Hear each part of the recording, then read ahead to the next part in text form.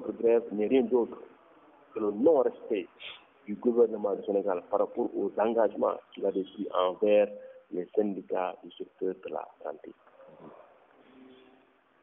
Et ce grève durera combien de jours? Combien de temps? Va durer 10 jours. C'est une grève d'avertissement. On va, si le gouvernement, en tout cas, l'engagement, on va prolonger cette grève. Donc c'est lundi 23, mardi 24 mai. Sur l'étendue du territoire, et c'est aussi bien les médecins, pharmaciens, les dentistes que les infirmiers et les sages-femmes affiliés en tout cas à ces syndicats. Autrement dit, il n'y aura pas de médicaments dans le Sénégal parce que les pharmacies seront en grève? Ce ne sont pas les pharmaciens des officines privées. Ce sont les pharmaciens qui sont dans les hôpitaux et qui sont dans les centres de santé et qui sont en tout cas affiliés aux différents syndicats que je viens de citer. Et quelle est la position du gouvernement par rapport à votre plateforme revendicative?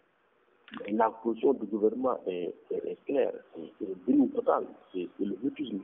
Parce qu'on ne peut pas comprendre que depuis 2014 mars, on est eu à signer des protocoles d'accord de ces différents syndicats, que sur le plan de la matérialisation, en tout cas, aucun acte n'est posé. Je donne l'exemple, le gouvernement avait renvoyé tous les syndicats à une étude qu'il devait mener sur le système de rémunération des agents de l'État.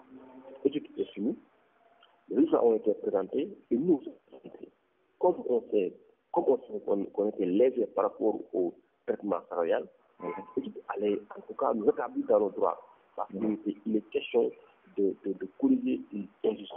Il était question de mettre fin à une inéquité par rapport au traitement salarial des fonctionnaires. Et à notre grande surprise, depuis l'organisation au mois d'octobre 2015, mais le président ne nous a absolument rien dit et jusqu'à présent, c'est le mutisme total. Donc, ça paraît qu'aujourd'hui, il faut que, en tout cas, le gouvernement puisse respecter ses engagements en les travailleurs de la santé. Docteur Bolio, vous serez en grève pendant 2 jours, mais vous allez assurer quand même le service minimum. Nous, santé, on est un secteur où la plupart du temps, on a fait des serments, en tout cas, de produits de soins. Et dans ce cadre-là, les urgences seront assurées. De même que les malades qui étaient hospitalisés avant la grève, les soins vont en tout cas se poursuivre. Parce que c'est ça, en tout cas, notre travail. Nous faisons ça et c'est regrettable, en tout cas, que le gouvernement puisse laisser la situation pourrie jusqu'à ce qu'on arrive à cette situation de grève.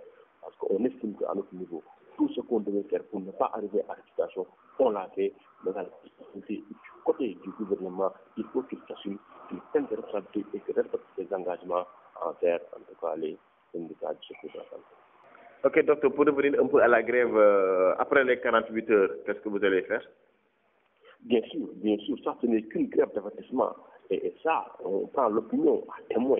Si le gouvernement, en tout cas, c'est toujours le mutisme, ne parvient pas à régler les problèmes de la santé, c'est vrai qu'on va en tout cas aller crescendo.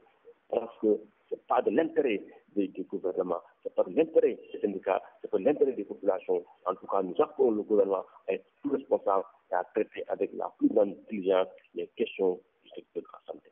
Et qu'est-ce que vous allez dire à la population sénégalaise présentement qui vont rester 2 jours sans soins?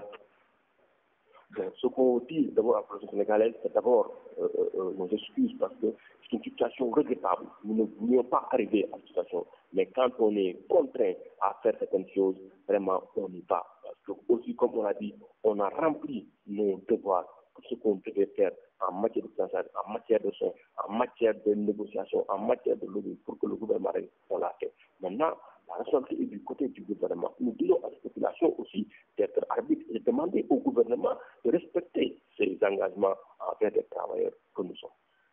Merci, Dr Boli Diop. Je rappelle que vous êtes le secrétaire général du syndicat des médecins du Sénégal.